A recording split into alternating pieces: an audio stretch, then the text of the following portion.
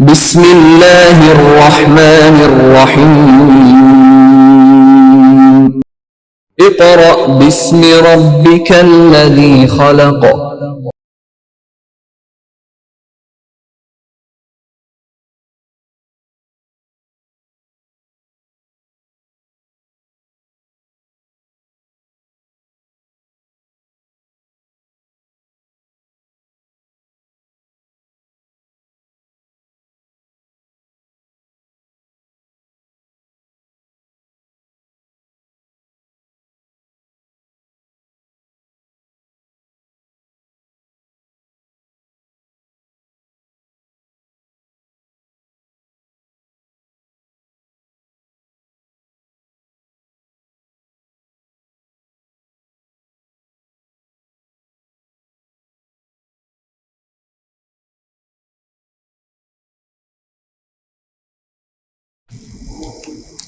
Bismillahirrahmanirrahim. Dear parents and students, Assalamu alaikum. Students, my name is Ahsan Khan and I am here to teach you chemistry.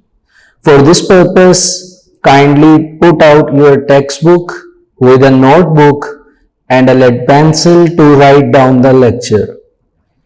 Students, आज हम chemistry के first chapter से जिसका name है fundamentals of chemistry, आज अपना lecture start करेंगे। जैसा कि आप जानते हैं कि कोविड-19 की जो मसाइल हैं और जो प्रॉब्लम्स हैं, इसकी वजह से फिजिकल क्लासेस लेना अभी मुमकिन नहीं है। इसीलिए लेक्चर जो हैं ये chapter wise, article wise recorded हो रहे हैं या इनकी रिकॉर्डिंग करवाई जा रही है ताकि ये मटेरियल आप तक पहुंचाया जा सके और आपके टाइम को सेव किया जा सके। सो स्टूडेंट्स, अब हम स्टार्ट करते हैं अपने लेक्चर से chapter 1 fundamentals of chemistry. Students, first of all आप जो चैप्टर का नेम है इसे देख लीजिए। फंडामेंटल्स का मतलब क्या होता है जी? बुनियाद या बुनियादी चीजें। बुनियादी चीजें किसके मुतालिक? केमिस्ट्री। यानी हमने इस फर्स्ट चैप्टर में केमिस्ट्री की जो बेसिस हैं, जो उसकी बुनियाद है, एक्चुअल में उसकी डिस्कशन करनी है। ठीक है, इसके लिए जाहिर सी बात है हमें फर्स्ट ऑफ ऑल केमिस्ट्री की डेफिनेशन का पता होना चाहिए।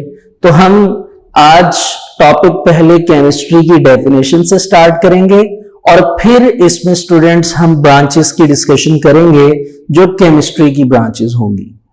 तो आइए पहले हम केमिस्ट्री की डेफिनेशन को देखते हैं जो मैंने सामने राइट की है जी। केमिस्ट्री क्या है? सिंपली फायर करें अगर इसकी डेफिनेशन को तो वो ये है कि जी द ब्रांच ऑफ साइंस। पहली बात कि chemistry is the branch of science, ठीक है जी, which deals with the composition, यानी जिसमें आप डील्स करेंगे, which deals with the study of, ठीक है, which deals with the study of composition. Composition का मीनिंग क्या होता है स्टूडेंट्स? हम कहते हैं जी बनावट। बनावट का मतलब कि अगर कोई चीज बनाई जा रही है तो उसकी बनावट कैसी है। जैसे एक टेबल है, उसकी बनावट कैसी होनी चाहिए, ठीक है। फिर स्ट्रक्चर। स्ट्रक्चर किसको कहते हैं स्टूडेंट? साख्त को, यानी शेप। प्रॉपर्टीज यानी खसूसियात, ठीक है। And reactions of matter is called chemistry. मैंने देखिए इनके मीनिंग जो है अंडरलाइन करके लिख दिए हैं। इट मींस दैट जो आपको स्टार्ट में कहा गया कि लेड पेंसिल को यूज करिए, तो उसके साथ अपनी टेक्स्ट बुक के ऊपर ही इन वर्ड्स को अंडरलाइन करके आप इनके मीनिंग्स लिख सकते हैं, ठीक है। आइए इसको अब दोबारा देखते हैं प्रॉपरली।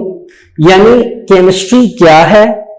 तो एक्चुअल में पहली बात कि केमिस्ट्री साइंस की ब्रांच है जिसमें हम बात करते हैं, स्टडी करते हैं मैटर की कंपोजिशन की, यानी मैटर की जो बनावट है उसकी, मैटर के स्ट्रक्चर की उसकी यानी साख्त की, फिर मैटर की प्रॉपर्टीज की यानी उसकी खसूसियात की, एंड रिएक्शंस, जो केमिकल रिएक्शंस अकर होंगे मैटर पर, उसकी स्टडी को हम क्या नाम देते हैं? केमिस्ट्री। अब यहां पे एक चीज सोचने वाली है कि what is matter.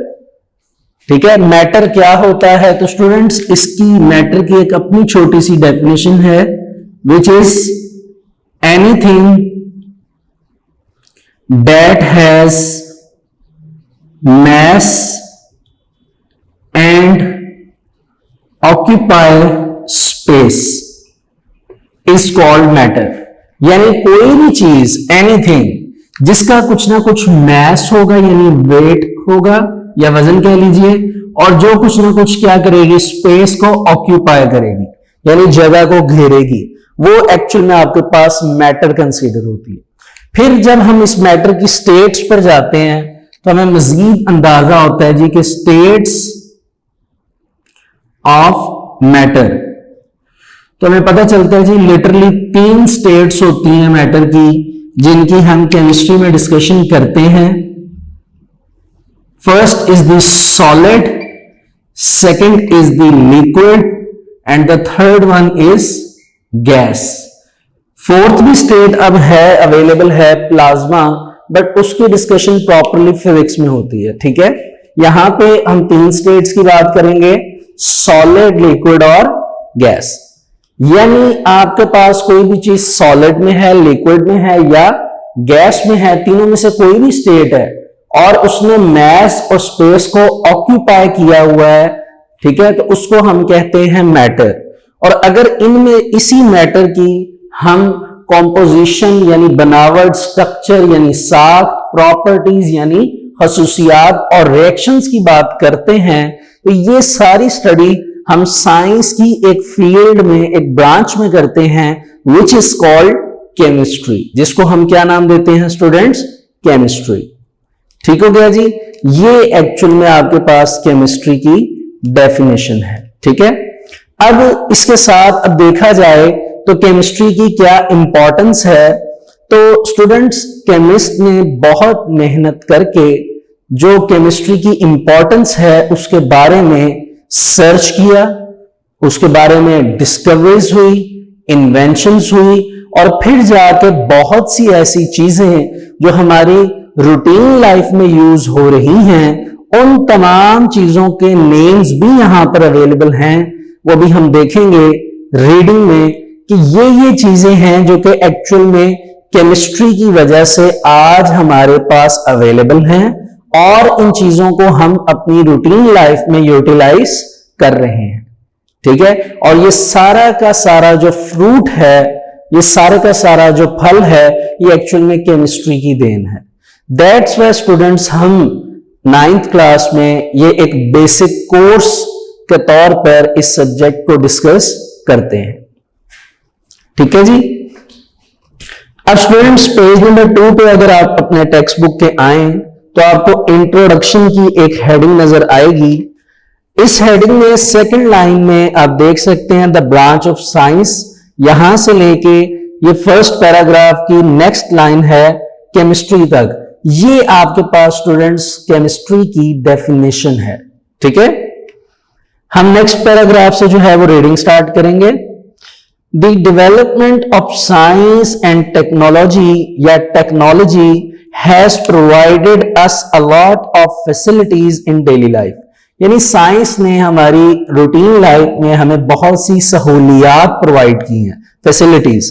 Imagine the role and importance of petrochemical products, यानी अगर आप तसव्वुर करें पेट्रोकेमिकल प्रोडक्ट्स का जो किरदार है, मेडिसिन्स यानी अद्वियात, एंड ड्रग्स, ठीक है, सोप, साबुन, डिटर्जेंट्स, ये स्टूडेंट्स हमारे घरों में इस्तेमाल होते हैं। डिटर्जेंट्स लाइक क्लॉथ को वॉश करने के लिए, डिश को वॉश करने के लिए, etcetera. Paper, plastic, paints and pigments. Pigments क्या होते हैं स्टूडेंट्स? ये कलर प्रोवाइडर होते हैं जो कलर देते हैं। ठीक है, जैसे हम ये अक्सर कहते हैं जी कि हमारा जो ब्लड है उसमें पिगमेंटेशन है, तो दैट्स व्हाई हमारा ब्लड रेड है कलर में। इसी तरह हम जब प्लांट्स की बात करते हैं तो हम उसमें कहते हैं जी ग्रीन पिगमेंट क्लोरोफिल है, जो उसका एक्चुअल में कलर होता है प्लांट्स के लीव्स का। देन इंसेक्टिसाइड्स, पेस्टिसाइड्स, ये सारी अद्वियात हैं, कीड़े मार अद्वियात, ठीक है, जो कह लीजिए आप फील्ड्स में या क्रॉप्स में इस्तेमाल होती हैं, which all are fruit of the efforts of chemist. ये सारे का सारा फल है जो कि तब हमें मिला जब केमिस्ट ने बहुत सी कोशिशें की, ठीक है, बहुत सी अटेम्प्ट्स की, और उसके बाद ये सारी चीजें आज हमारे पास अल्हम्दुलिल्लाह अवेलेबल है। ठीक है, ये जो स्टूडेंट्स अभी मैंने जितना पढ़ा ये एक्चुअल में पॉजिटिव साइड ऑफ केमिस्ट्री थी। अब आप अगर बाकी की जो इसकी रीडिंग है इंट्रोडक्शन की करेंगे तो उसमें आपको नेगेटिव साइड जो है वो नजर आएगी, क्योंकि ये दुनिया है और ये फानी है, इसमें यकीनन दो तरह के रास्ते हैं। अगर अच्छा रास्ता है तो बुरा रास्ता है, और उसी रास्ते पर चलते वक्त अगर अच्छाई है तो बुराई है। इसी तरह केमिस्ट्री का जहां पे बहुत ज्यादा बेनिफिट है और जो बहुत सी प्रोडक्ट हैं जिनके नाम हमने अभी डिस्कस किए, ये सारी जहां पे हमें मिलती हैं और इन्हें हम रूटीन लाइफ में इस्तेमाल करते हैं, उसी के साथ साथ कुछ नेगेटिव पॉइंट्स भी हैं केमिस्ट्री के, जो कि with the passage of time human activities की वजह से बन रहे हैं, उनके बारे में भी आगे राइट किया गया है। उसको स्टूडेंट्स आपने खुद रीड करना है। ठीक है, चलिए अब आगे चलते हैं जी, ब्रांचेस ऑफ केमिस्ट्री। अब हम डिस्कस करेंगे कि केमिस्ट्री की कौन कौन सी ब्रांचेस हैं, कितनी इंपॉर्टेंट ब्रांचेस हैं, और हर ब्रांच का एक अपना रोल है, हम उसकी डिस्कशन करेंगे। तो मैंने ब्रांचेस के बारे में कुछ इंपॉर्टेंट पॉइंट्स जो हैं वो पहले ही मेंशन किए हुए हैं ताकि आपको समझाने में आसानी हो। तो स्टूडेंट्स ब्रांचेस पे अगर आए, या टाइप्स ऑफ केमिस्ट्री कह लीजिए या ब्रांचेस कह लीजिए, एक ही बात है। तो पहली जो हमारे पास स्टूडेंट्स ब्रांच है वो है फिजिकल केमिस्ट्री। क्या नाम है? Physical chemistry. It is so much related to physics. तो इसमें स्टूडेंट्स क्या राइट किया गया है जी कि it is the relationship between the composition, अब आपको कॉम्पोजिशन का मीनिंग आना चाहिए, and physical properties. Physical properties से मुराद जो फिजिकली तौर पे हमें नजर आती हैं, किसकी? ऑफ मैटर की, यानी जो मैटर है उसकी जो बनावट है और जो उसकी फिजिकल प्रॉपर्टीज हैं, इनका जो रिलेशनशिप है वो along with the changes in them, और इनमें जो तब्दीलियां आती हैं, ठीक है, तब्दीलियां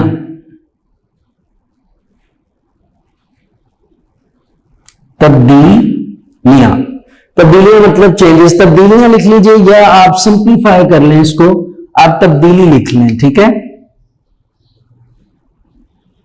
यानी उसमें चेंजेस आती हैं। ठीक है जी।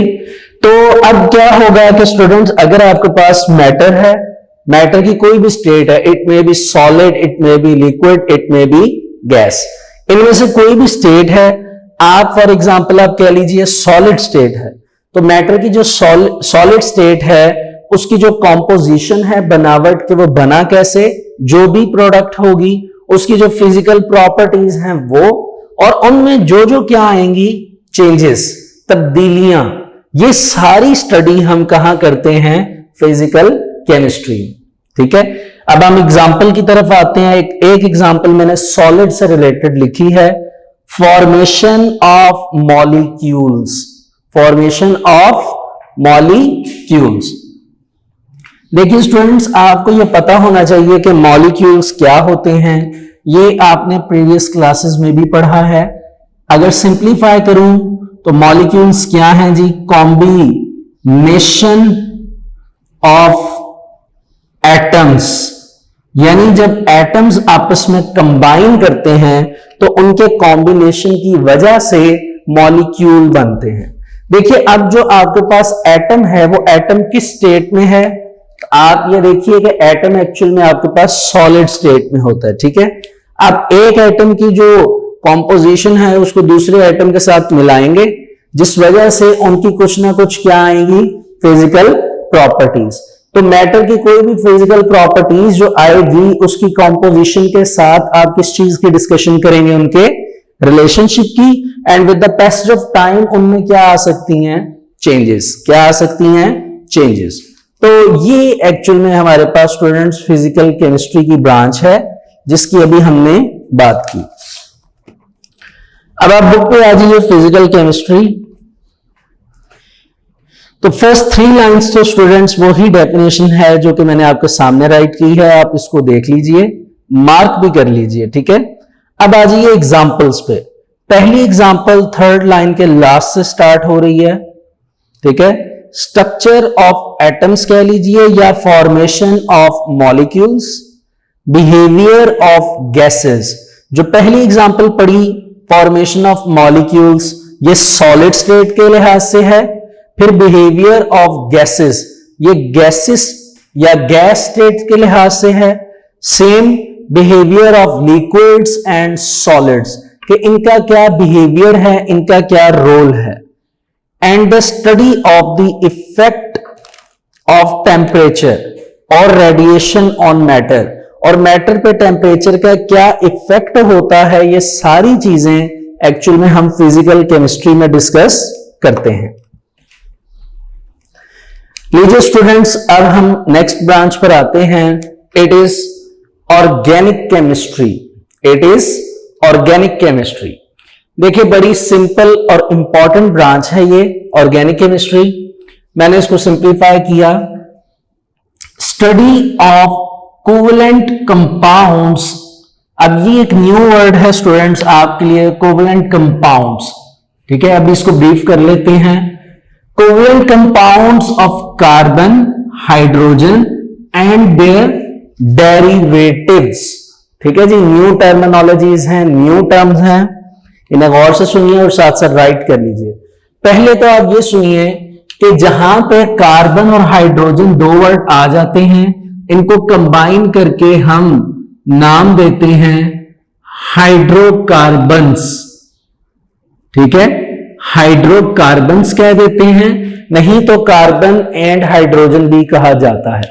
यानी आपके पास एक एलिमेंट है कार्बन, एक एलिमेंट है हाइड्रोजन, इन दोनों का आपस में आपने देखना है कि इनमें कोई कोवेलेंट प्रॉपर्टी है। अब ये एक्चुअल में कोवेलेंट क्या है, अगर इसको थोड़ा सा ब्रीफ करें तो ये एक्चुअल में होता है कोवेलेंट बॉन्ड। क्या वर्ड है जी, कोवेलेंट बॉन्ड। और ये कोवेलेंट बॉन्ड जो है स्टूडेंट्स हमेशा याद रखिए कोवेलेंट कंपाउंड्स के दरमियान पाया जाता है, ठीक है। अब जो कोवेलेंट कंपाउंड्स होंगे उनके दरमियान ये बॉन्ड पाया जाएगा। अब बॉन्ड क्या चीज है, इसको भी थोड़ा सा राइट कर लीजिए अपने पास। Bond means force of attraction, यानी एक ऐसी ताकत है जो कि क्या करती है, अट्रैक्शन करती है, खिंचाव करती है, ठीक है। अब ये जो फोर्स ऑफ अट्रैक्शन है स्टूडेंट्स, ये कार्बन और हाइड्रोजन के दरमियान होगी, जिसकी वजह से कार्बन और हाइड्रोजन एक दूसरे के साथ अटैच हो जाएंगे, एक दूसरे के क्लोज हो जाएंगे, और इस फोर्स ऑफ अट्रैक्शन की वजह से हम इनको हाइड्रोकार्बन्स का नाम देंगे। और क्योंकि ये कंबाइन हो चुके हैं कोवेलेंट बॉन्ड की वजह से, दैट्स व्हाई हम इनको नाम देते हैं कोवेलेंट कंपाउंड्स। ठीक हो गया जी, एवरीथिंग इज क्लियर। लास्ट चीज रह गई जी डेरिवेटिव्स। डेरिवेटिव्स क्या होते हैं जी, जैसे कार्बन है तो उसके साथ हाइड्रोजन है, ये हो गए हाइड्रोकार्बन्स। इनका होना जरूरी है, तभी ये ब्रांच ऑर्गेनिक के वर्ड से सिग्निफाई की गई है। तो ऑर्गेनिक केमिस्ट्री का मतलब ही क्या है, कार्बन एंड हाइड्रोजन। लेकिन अगर इसमें कोई दूसरा एलिमेंट आके ऐड हो जाता है तो वो एक्चुअल में ऑर्गेनिक केमिस्ट्री का डेरिवेटिव बन जाता है, जिसको हम क्या नाम दे रहे हैं, डेरिवेटिव्स। लाइक एक अलग से इनकी एग्जांपल अगर ली जाए, मेरे पास एक कार्बन है, एक हाइड्रोजन है, एक दूसरा एलिमेंट में यहां पे लाकर ऐड करता हूं लाइक ऑक्सीजन।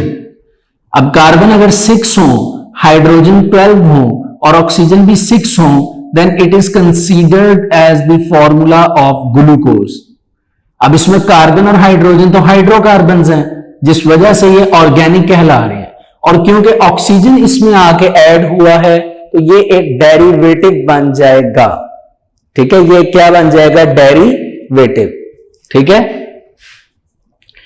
लीजिए जी ऑर्गेनिक केमिस्ट्री की जो एग्जांपल्स हैं, ठीक है, थोड़ी सी डिफिकल्ट हैं पढ़ने में, इन्हें जरा समझिए।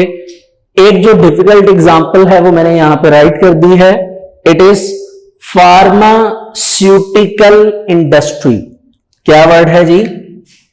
फार्मास्यूटिकल इंडस्ट्री, यानी एक ऐसी इंडस्ट्री जहां पे फार्मास्यूटिक्स की बात होगी। फार्मास्यूटिकल का मतलब मेडिसिन्स बनाना, एक ऐसी ब्रांच है जहां पे मेडिसिन्स की प्रेपरेशन होती है। अब आप ये देखते हैं कि घर में हम फॉर एग्जांपल पैनाडोल एक मेडिसिन है वो खा रहे हैं, तो वो मेडिसिन ऑर्गेनिक होती है शायद, उसके अलावा और बहुत सी मेडिसिन हैं जो ऑर्गेनिक होती हैं, यानी उनमें कार्बन जो है वो एक इंपॉर्टेंट रोल प्ले करता है। इसलिए फार्मास्यूटिकल इंडस्ट्री ऑर्गेनिक केमिस्ट्री की ब्रांच में आती है। इसी तरह फार्मास्यूटिकल इंडस्ट्री के साथ साथ पेट्रोकेमिकल्स, पेट्रोलियम, ये इसकी एग्जांपल्स में।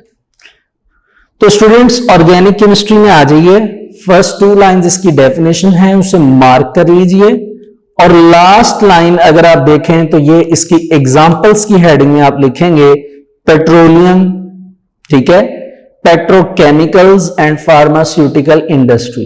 तो डेफिनेशन के साथ एग्जांपल करके ये हमारे कह लीजिए कि शॉर्ट क्वेश्चन के तौर पे ये कंप्लीट हो जाएगा, मार्किंग हो जाएगी, या अगर ये लॉन्ग है ब्रांचेस तो ये इसका एक जो इसकी एक ब्रांच है वो यहां तक कंप्लीट हो जाएगी। अब जो इसका इंटरनल रह गया है थोड़ी सी मटेरियल, उसकी हम रीडिंग कर लेते हैं सेकंड लाइन से। Organic compounds occur naturally and are also synthesized in the laboratories. ये ऑर्गेनिक कंपाउंड नेचुरली तौर पे मिलते हैं और लेबोरेटरीज में भी बनते हैं। अब नेचुरली तौर पे कहां से मिलते हैं? तो याद रखिए कि प्लांट्स एंड एनिमल्स, इनसे नेचुरल ऑर्गेनिक कंपाउंड मिलते हैं, ठीक है। और लेबोरेटरीज में जो तैयार होते हैं वो एक्चुअल में सिंथेटिक कहलाते हैं, यानी लेबोरेटरी में जो तैयार होंगे इट मींस दैट उनको ह्यूमन ने तैयार किया, ठीक है। यहां पे आपको एक इंफॉर्मेशन देना चाहूंगा कि लेबोरेटरी में तैयार होने वाला पहला ऑर्गेनिक कंपाउंड यूरिया था, ठीक है, जिसका फॉर्मूला NH2CO NH2 था, ठीक है। यूरिया जो है ये एक्चुअल में एक ऑर्गेनिक कंपाउंड है और ये वो पहला ऑर्गेनिक कंपाउंड है जिसको लेबोरेटरी में तैयार करवाया गया, ठीक है। इसके अलावा इससे पहले जो था ये कहा जाता था कि ऑर्गेनिक कंपाउंड सिर्फ नेचुरली तौर पे पाए जाते हैं। अच्छा जी, आगे देखते हैं। Organic chemists determine the structure and properties of these naturally occurring as well as synthesized compounds। यानी जो केमिस्ट थे वो बहुत ज्यादा डिटरमिन थे, अटल थे इस फैसले पर, इस बात पे कि वो सिंथेसाइज या नेचुरली अकरिंग ऑर्गेनिक कंपाउंड्स की प्रॉपर्टीज को देखेंगे, समझेंगे और उनसे फर्दर मोर बेनिफिट्स जो हैं वो निकालेंगे ताकि वो मैनकाइंड के लिए, मैनकाइंड के वेलफेयर के लिए बन सके। तो ये स्टूडेंट्स हमारे पास एक ब्रांच थी ऑर्गेनिक केमिस्ट्री जिसमें सिर्फ 2 एलिमेंट की बात हुई, कार्बन, हाइड्रोजन, ठीक है। उसमें भी कार्बन का मतलब होता है ऑर्गेनिक। अब आगे चलते हैं इनऑर्गेनिक केमिस्ट्री की तरफ। इनऑर्गेनिक केमिस्ट्री क्या है स्टूडेंट्स? इनऑर्गेनिक का मतलब कि स्टडी ऑफ ऑल एलिमेंट्स, यानी आपके पास जितने एलिमेंट्स हैं वो तमाम, एंड कंपाउंड्स, जितने भी कंपाउंड्स हैं, एक्सेप्ट किसके अलावा जी? दोज ऑफ हाइड्रोकार्बन्स, यानी हाइड्रोकार्बन्स।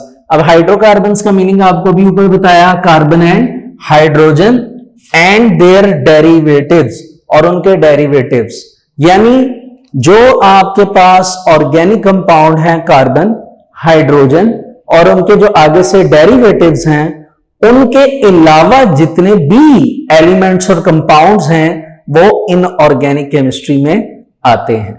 ठीक है, अब मैं आपको यहां पे थोड़ा सा ब्रीफ कर दूं कि अभी तक हमारे पास पूरी अर्थ पे जो डिस्कवरी हुई है उसके मुताबिक जो एलिमेंट्स हैं हमारे पास टोटल 118 हैं, यानी 118।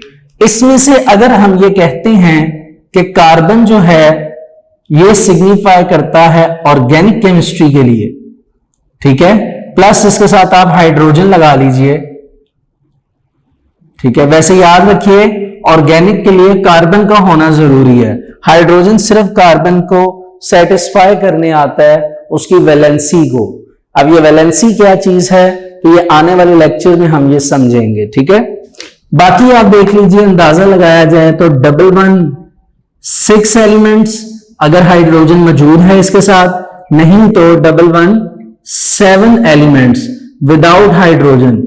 ये सारे के सारे एलिमेंट्स जो हैं ये क्या कंसीडर होते हैं, इनऑर्गेनिक। इनऑर्गेनिक यानी जो ऑर्गेनिक नहीं होंगे। अब थोड़ी देर पहले हमने एक एग्जांपल ली थी ग्लूकोज की, अब उसमें कार्बन था, हाइड्रोजन, वो ऑर्गेनिक कंसीडर हुए। ऑक्सीजन जो था वो एक्चुअल में ऑर्गेनिक नहीं था, लेकिन जब तक वो आके उस कार्बन और हाइड्रोजन के साथ रहा, उसका डेरिवेटिव बना और ग्लूकोज का फॉर्मूला बना, तो एक्चुअल में तब तक ऑक्सीजन की प्रॉपर्टीज ऑर्गेनिक कहलाएंगी। लेकिन जैसे ही हम अलग से बात करेंगे तो एक्चुअल में ऑक्सीजन जो है वो नेचुरली तौर पे कह लीजिए एक इनऑर्गेनिक एलिमेंट है।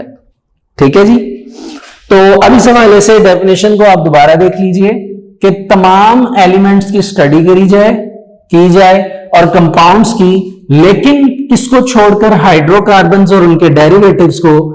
इस तरह की ब्रांच को हम क्या नाम देते हैं स्टूडेंट्स, इनऑर्गेनिक केमिस्ट्री। ठीक है, इसकी एग्जांपल में सिंप्लीफाई करें तो ग्लास आता है, ये सिंपल है। सीमेंट आता है, सीमेंट भी इजी है। अगली इंपॉर्टेंट चीज है जी मेटलर्जी। क्या वर्ड है स्टूडेंट्स, मेटलर्जी। अब मैं आपको ये बताता चलूं कि मेटलर्जी जो है ये एक्चुअल में केमिस्ट्री की एक अलग से ब्रांच भी है। ठीक है, बहरहाल अभी आप समझिए कि मेटलर्जी का मीनिंग क्या है। देखिए, सिंप्लीफाई करूंगा आपको कि जब जमीन के नीचे से मिनरल्स को निकाला जाता है, जिसको उर्दू में हम मादनियात कहते हैं, तो उस मिनरल्स में बहुत सी मेटल्स होती हैं और उन मेटल्स में बहुत ज्यादा आप कह लीजिए इंप्योरिटीज होती हैं। क्या होती हैं, इंप्योरिटीज। तो मेटल में से हम इंप्योरिटीज को अलग करते हैं, यानी सफाई करते हैं उन मेटल्स की।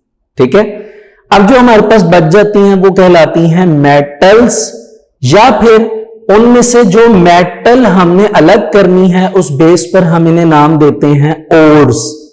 यानी आप कह लीजिए जो कॉम्बिनेशन ऑफ मेटल्स है इसको एक्चुअल में ओर्स कहा जाता है।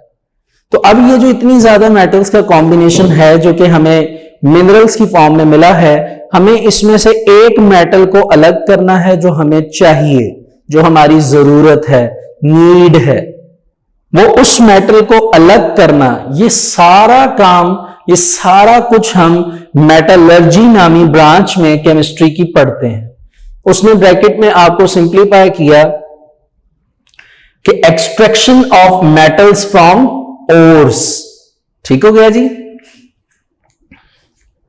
ये स्टूडेंट्स आपके पास इनऑर्गेनिक केमिस्ट्री है। इनऑर्गेनिक केमिस्ट्री में एक्स्ट्रा रीडिंग के लिए कुछ भी नहीं है। सिंप्लीफाई करें अगर हम उसे, तो आप उसमें पहले डेफिनेशन लिखेंगे, लास्ट पे एग्जांपल्स हैं, आप उन एग्जांपल्स को लिखेंगे। ले जी, आगे चलते हैं बायोकेमिस्ट्री की तरफ। हम इसी में थोड़ी सी एडिशन कर लेते हैं। अगली ब्रांच कौन सी है जी हमारी, बायो केमिस्ट्री। ठीक है जी, बायो केमिस्ट्री। अब डेफिनेशन क्या थी जी, द ब्रांच ऑफ साइंस। तो हम इसको थोड़ा सा चेंज कर लेते हैं क्योंकि केमिस्ट्री की डेफिनेशन बायोकेमिस्ट्री से काफी हद तक रिलेट करती है। हम लिखेंगे द ब्रांच ऑफ केमिस्ट्री। अब हम केमिस्ट्री की ब्रांचेस की बात कर रहे हैं ना, which deals with the study of composition, structure, properties and reaction, या फिर chemical reaction of, इधर से हम चेंज करेंगे, chemical reaction of, एक मिनट जी, chemical reactions of living organisms, या फिर थोड़ा सा इसमें उन्होंने मजीद एडिशन की होगी, वो ये होगी कि and chemical reactions of substances found in living organisms. ठीक है जी, यानी ये तमाम चीजें जो थी वही हैं, लेकिन अगर ये किस में पाई जाए, लिविंग ऑर्गेनिजम्स में पाई जाए। ठीक है, लिविंग ऑर्गेनिज्म में पाई जाए, और इन तमाम चीजों को उन्होंने वर्ड सब्सटेंसेस का दे दिया। सब्सटेंस का मतलब क्या होता है, सिंपली याद रखें, a piece of pure matter, यानी जो मैटर थोड़ी देर पहले हमने समझा, उसका अगर प्योर पीस है नेचुरली तौर पे, उसको एक्चुअल में हम सब्सटेंस कहते हैं। तो ये स्टूडेंट्स हमारे पास आ जाती है बायो केमिस्ट्री की डेफिनेशन। ठीक है जी, आप बायोकेमिस्ट्री की फर्स्ट 2 लाइंस देख सकते हैं, ये डेफिनेशन है, होपफुली आपको ये समझ आ जाएगी। इसके बाद अब हम इसकी रीडिंग देखेंगे, क्योंकि इसमें वर्ड बायो आ चुका है, और बायो जो है वो तमाम स्टूडेंट्स की नहीं है। कुछ स्टूडेंट्स ने केमिस्ट्री के साथ कंप्यूटर साइंस रखी है, कुछ ने बायो रखी है। तो जिन्होंने बायो रखी है वो तो समझ जाएंगे नो डाउट। कंप्यूटर वाले स्टूडेंट्स के लिए मैं जरा इसको मजीद कन्वीनियंट कर देता हूं। ठीक है, फर्स्ट ऑफ ऑल आप इस बायो के वर्ड को अंडरलाइन करिए और लिखिए लाइफ। बायो का मतलब क्या है, जिंदगी। यानी केमिस्ट्री जो है, जो भी आपने डेफिनेशन केमिस्ट्री की समझी, केमिकल रिएक्शंस के बारे में, वो तमाम अगर हम जिंदगी पर अप्लाई करें तो वो एक्चुअल में हमारे पास क्या कहलाता है, बायो केमिस्ट्री। जैसे एक सिंपल सी बात करता हूं, आप जानते हैं हम फूड खाते हैं, कोई भी चीज अगर हम खाते हैं तो हम उसे फूड स्टफ कहते हैं। कोई भी चीज अगर हम ईट करेंगे वो फूड स्टफ कहलाएगा। अब आप जो भी फूड स्टफ खाते हैं स्टूडेंट्स, याद रखिए उसमें कार्बोहाइड्रेट्स, प्रोटीन्स और लिपिड्स, ये 3 चीजें जरूर मौजूद होती हैं। कार्बोहाइड्रेट्स सिंप्लीफाई करें तो ग्लूकोज को कह लीजिए, प्रोटीन को उर्दू में प्रोटीन्स ही कहते हैं, लिपिड्स को चिकनाइयां कहते हैं, यानी चिकनाई जो ऑयली प्रोडक्ट नहीं होती, ऑयल्स में बनी, वो लिपिड्स होते हैं। अब क्या होता है, देखिए आप जब खाना खाते हैं, फूड स्टफ को खाएंगे, तो आपके माउथ में टीथ हैं, वो उसको ब्रेक करेंगे, खाना टूटेगा और ये सिंपल यूनिट्स में चला जाएगा। ग्लूकोज की फॉर्म में आ जाएगा कार्बोहाइड्रेट्स, प्रोटीन्स अपने यूनिट्स में आ जाएंगे, it is called amino acids, lipids अपने यूनिट में आ जाएंगे, it is called fatty acids. यानी आप ये कह लीजिए कि ये अपनी सिंपलेस्ट फॉर्म में आ जाएंगे। ठीक है, फिर जब ये खाना सारा हमारे ब्लड में मिक्स हो जाएगा, अब कुछ खाना हमारी बॉडी में भी स्टोर होना है, ताकि हम जो फ्यूचर एक्टिविटीज करें तो वो जो खाना स्टोर हुआ है वो हमें एनर्जी प्रोवाइड करे। तो क्या होगा, ये जो यूनिट्स हैं glucose, amino acids, fatty acids, ये आपस में कंबाइन होना शुरू कर देंगे। अमाइनो एसिड आपस में जब कंबाइन होंगे वो दोबारा प्रोटीन बना देंगे, और प्रोटीन बना के हमारे मसल्स में स्टोर हो जाएंगे। इसी तरह लिपिड्स भी करते हैं, इसी तरह ग्लूकोज भी करेगा। तो ये जो आप देखते हैं कि पहले चीजों का स्प्लिट होना, जिसकी वजह से एनर्जी आपके सामने बनती है, ठीक है, और उसके बाद उनका आपस में कॉम्बिनेशन होना, ये सारी जो वर्किंग है, इस सारे को मिलाकर हम एक टर्म का नाम देते हैं, और वो टर्म है मेटाबॉलिज्म। सिर्फ ये टर्म बताने के लिए मैंने अपने से एक सिंपल एग्जांपल लिया। क्या टर्म है जी, मेटाबॉलिज्म। और मेटाबॉलिज्म का मतलब ही क्या होता है, चेंज। कैसा चेंज, वो हमने देखा, कॉम्प्लेक्स से सिंपलेस्ट फॉर्म में कन्वर्जन होगी, और बाद में सिंपलेस्ट से दोबारा कॉम्प्लेक्स फॉर्म में कन्वर्जन होगी। तो ये एक्चुअल में एक चेंज है, इसको हम मेटाबॉलिज्म का नाम देखते हैं। अब देखिए, आपने जो फूड स्टफ खाया वो आपकी बॉडी में गया, तो आपकी बॉडी में स्टमक में, ठीक है, डिफरेंट केमिकल्स हैं जो रिलीज होंगे, रिलीज होके उस फूड की क्या करेंगे, डाइजेशन करेंगे, उसे हजम करेंगे। तो ये जो डाइजेशन होगी ये एक्चुअल में आपकी बॉडी के इनसाइड हो रही है, केमिकल्स करवा रही है। आपकी बॉडी क्या है, लिविंग यानी लाइफ है, और उसमें क्या कर हो रहे हैं जी, chemical reactions. That's why it is called biochemistry. तो इसे देखिए students, it covers all the chemical processes taking place in living organisms, ठीक है, जैसे such as synthesis and metabolism of biomolecules. Biomolecules का मतलब आप मॉलिक्यूल्स भी कह सकते हैं, ठीक है, like carbohydrates, protein and fats. इन्होंने सिर्फ इतना बताया, मैंने साथ आपको उनकी सिंपलेस्ट फॉर्म भी बताई, ये भी बताया कि इन्हें मेटाबॉलिज्म का नाम क्यों दिया जा रहा है। Biochemistry emerged as a separate discipline, ठीक है, बायोकेमिस्ट्री एक अलग डिसिप्लिन बनना था when scientist began to study how living things obtained energy. तब जब इन्हें साइंटिस्ट को ये चीज रियलाइज हुई स्टार्टिंग में कि कैसे जो ऑर्गेनिजम्स हैं वो कैसे एनर्जी गेन करते हैं फ्रॉम फूड, खाने से, और how the fundamental biological changes occur during a disease. और जब किसी किस्म की बीमारी होती है तो वो कैसे चेंजेस जो हैं वो एक बॉडी में आती हैं। इन चीजों को मद्देनजर रखते हुए ये एक अलग डिसिप्लिन बनना थी बायोकेमिस्ट्री, ठीक है।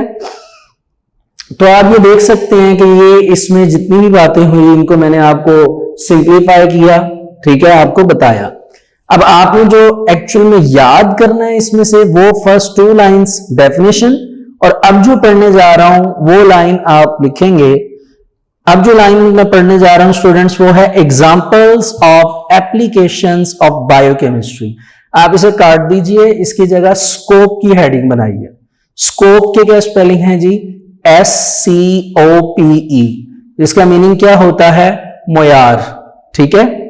स्कोप में लिखेंगे are in the fields of medicine, यानी मेडिसिन की फील्ड में बायोकेमिस्ट्री की इंपॉर्टेंस है। फूड साइंसेस, खाने की जो अशियां हैं वो, एंड एग्रीकल्चर। एग्रीकल्चर मींस ज़रात, जहां पे प्लांट्स और एनिमल्स दोनों की केयर की बात की जाती है, उनकी ब्रीडिंग यानी सेक्सुअल रिप्रोडक्शन की बात की जाती है, और उनके फूड से रिलेटेड बात की जाती है। ये सारी चीजें एग्रीकल्चर में आ जाती हैं, ठीक है। लीजिए स्टूडेंट्स, ये हमने अभी बायोकेमिस्ट्री की बात की। अब हम एक ब्रांच और आगे डिस्कस करते हैं। लें जी, अगली ब्रांच इंपॉर्टेंट है स्टूडेंट्स, इंडस्ट्रियल केमिस्ट्री। क्या नाम है जी, इंडस्ट्रियल केमिस्ट्री। अच्छा, तो स्टूडेंट्स इंडस्ट्रियल केमिस्ट्री का वर्ड जैसे ही लिया गया आपको अंदाजा तो हो गया होगा कि it is so much related to industries. तो इंडस्ट्रियल केमिस्ट्री एक्चुअल में स्टूडेंट्स हमारे पास वो ब्रांच है जिसमें हम बात करते हैं इंडस्ट्रीज की और उन इंडस्ट्रीज में बनने वाली प्रोडक्ट्स की। याद रखिए, इंडस्ट्रीज में जो प्रोडक्ट्स बनाई जाती हैं या जो प्रोडक्ट्स बनती हैं वो एक्चुअल में बनती हैं कमर्शियल स्केल पे। कमर्शियल स्केल का मतलब क्या है जी, बड़े पैमाने पे। जैसे हम देखते हैं जी, सर्दियां हैं तो जैकेट्स हमने देखते हैं, ऊन की जैकेट है, महंगी से महंगी जैकेट्स होती हैं जो हम परचेज करते हैं। तो जब इनको बनाया जाता है स्टूडेंट्स, तो ये नहीं है कि 1 या 10 या 20 जैकेट्स बनती हैं, बल्कि एक ही टाइम में बड़े पैमाने पे, लार्ज स्केल पे इन जैकेट्स को क्या किया जाता है जी, प्रिपेयर किया जाता है। तो ये एक्चुअल में काम सारा कहां होता है, इंडस्ट्रीज में, क्योंकि ये सारा काम केमिकल रिएक्शंस की बेस पे है। That's why it is considered as industrial chemistry. इसमें हमारे पास जो इंपॉर्टेंट आप कह लीजिए इंडस्ट्रीज आ जाती हैं। उन इंपॉर्टेंट इंडस्ट्रीज में आप देखिए आपके पास सोप इंडस्ट्री है, ठीक है। फिर आप ये देख लीजिए, उसमें आपके पास पेंट इंडस्ट्री है, पेपर इंडस्ट्री है, एटसेट्रा। मतलब इस तरह की बहुत सी इंडस्ट्रीज हैं जिनकी यहां पे एग्जांपल्स दी गई हैं। आप आ जाइए इंडस्ट्रियल केमिस्ट्री में, पहले इसकी हम डेफिनेशन को रीड करते हैं। The branch of chemistry that deals with the manufacturing, यानी तैयार करना, ऑफ केमिकल कंपाउंड्स को ऑन कमर्शियल स्केल, यानी बड़े पैमाने पे। It is called industrial chemistry. इसको हम क्या नाम देंगे? Industrial chemistry. यहां तक आप डेफिनेशन रखिए। फिर थर्ड लास्ट लाइन पे आइए, बल्कि सेकंड लास्ट लाइन पे आइए, बिल्कुल सेंटर में वर्ड लिखा है फर्टिलाइजर्स, ठीक है। आप यहां पे एग्जांपल्स की हेडिंग देंगे और आप लिखेंगे कि फर्टिलाइजर्स यानी खाद, सोप साबुन, टेक्सटाइल, ठीक है, टेक्सटाइल जो कपड़ा होता है वो, एग्रीकल्चर प्रोडक्ट्स, पेंट्स, पेपर, ये सारी अलग अलग इंडस्ट्रीज हैं जो एग्जांपल्स हैं। आपने कोई सी 2-3 एग्जांपल्स लिख के एटसेट्रा लिख देने हैं, यानी ईटीसी। बाकी जो बीच में इंटरनल रीडिंग है उसे देख लीजिए सेकंड लाइन से। It deals with the manufacturing of basic chemicals, यानी इससे बेसिक केमिकल्स भी तैयार होते हैं, जैसे ऑक्सीजन ये केमिकल है तैयार होता है, क्लोरीन एक केमिकल है तैयार होता है, अमोनिया तैयार होता है, कॉस्टिक सोडा तैयार होता है, और 2 एसिड्स हैं नाइट्रिक एंड सल्फ्यूरिक एसिड्स, ये सारे तैयार होते हैं। इनके स्पेसिफिक फंक्शंस हैं जो हम परफॉर्म करते हैं जब हमें जरूरत पड़ती है। जैसे अगर इनमें से मैं सिर्फ आपको एक एग्जांपल दे दूं, लाइक क्लोरीन की, तो क्लोरीन एक ऐसा एलिमेंट है जिसको यूज किया जाता है वाटर में। आपने अक्सर देखा होगा जो स्विमिंग पूल्स हैं जहां पे छोटे बच्चे नहाते हैं, स्विमिंग करते हैं, उसको सीखते हैं, तो उस स्विमिंग पूल के पानी का कलर थोड़ा सा डिफरेंट होता है। तो एक्चुअल में होता क्या है कि उस पानी में क्लोरीन डाली जाती है और एक प्रोसेस परफॉर्म किया जाता है विच इज कॉल्ड क्लोरीनेशन। ये क्लोरीनेशन एक्चुअल में एक हाइजीनिक प्रोसेस है जिससे पानी जो है स्विमिंग पूल का वो साफ रहता है। तो एक जो क्लोरीनेशन है इससे उस पानी के अंदर मौजूद माइक्रो ऑर्गेनिजम्स जो हैं वो किल हो जाते हैं। अब आप ये देखिए क्लोरीन की कितनी ज्यादा इंपॉर्टेंस है। अब ये तैयार होगी इंडस्ट्री में तब ही ये हमारे तक आएगी और इसको हम यूज करेंगे। और आज आप देख लीजिए जितने भी स्विमिंग पूल्स हैं उनमें क्लोरीन को यूटिलाइज किया जा रहा है और क्लोरीनेशन के प्रोसेस से वाटर को हाइजीनिक किया जा रहा है, मतलब उसकी सफाई की जा रही। जी स्टूडेंट्स, यहां तक अल्हम्दुलिल्लाह हमने 5 ब्रांचेस जो हैं वो डिस्कस कर ली एंड यकीनन मैंने साथ साथ इनको मार्क भी करवाया, आपने साथ साथ इनको मार्क भी कर लिया। अब मैं आपको ये बताता चलूं कि स्टूडेंट्स ये ब्रांचेस जो हैं ये लॉन्ग में भी आ सकती हैं, जिनमें से आपको कोई सी 5 ब्रांचेस लॉन्ग में अटेम्प्ट करनी पड़ेंगी, ठीक है। जो इसमें मटेरियल होगा जो आपने लिखना है वो उतना ही है जो मैंने आपको मार्क करवाया, नहीं तो इनमें शॉर्ट क्वेश्चंस भी आ सकते हैं। जैसे एक इंपॉर्टेंट क्वेश्चन है difference between organic and inorganic chemistry का, सेंटर में आप लाइन लगाते हैं, डेफिनेशंस लिखते हैं दोनों की, फिर एग्जांपल्स लिखते हैं। तो क्योंकि ये शॉर्ट और लॉन्ग के लिए इंपॉर्टेंट टॉपिक है तो स्टूडेंट्स आपको मैंने जितना मार्क करवाया है आपने उतनी थ्योरी याद करनी है, ठीक है। पहला तो आपका ये काम हो गया। दूसरी इंपॉर्टेंट बात क्या, देखिए इसमें बहुत सी ऐसी टर्म्स हैं या टर्मिनोलॉजीज हैं जो आपने फर्स्ट टाइम सुनी, लाइक द वर्ड डेरिवेटिव्स, ठीक है, लाइक मेटाबॉलिज्म। तो ये जो इंपॉर्टेंट टर्म्स हैं ये आप फर्स्ट टाइम सुन रहे हैं एंड फर्दर मोर ये टर्म्स आपकी स्टडी में बार बार रिपीट होंगी।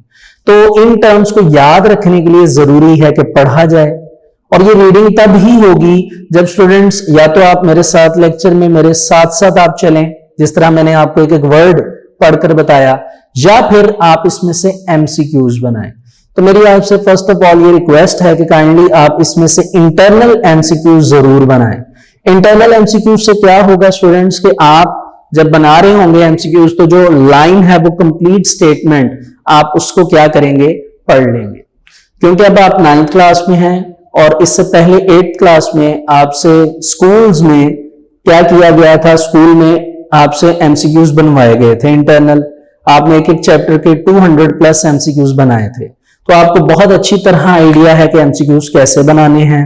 तो इसी तरह स्टूडेंट्स अब आप यहां से एमसीक्यूज बनाना स्टार्ट कर दीजिए और ब्रांचेस में से इजीली 25 से 30 एमसीक्यूज बन सकते हैं।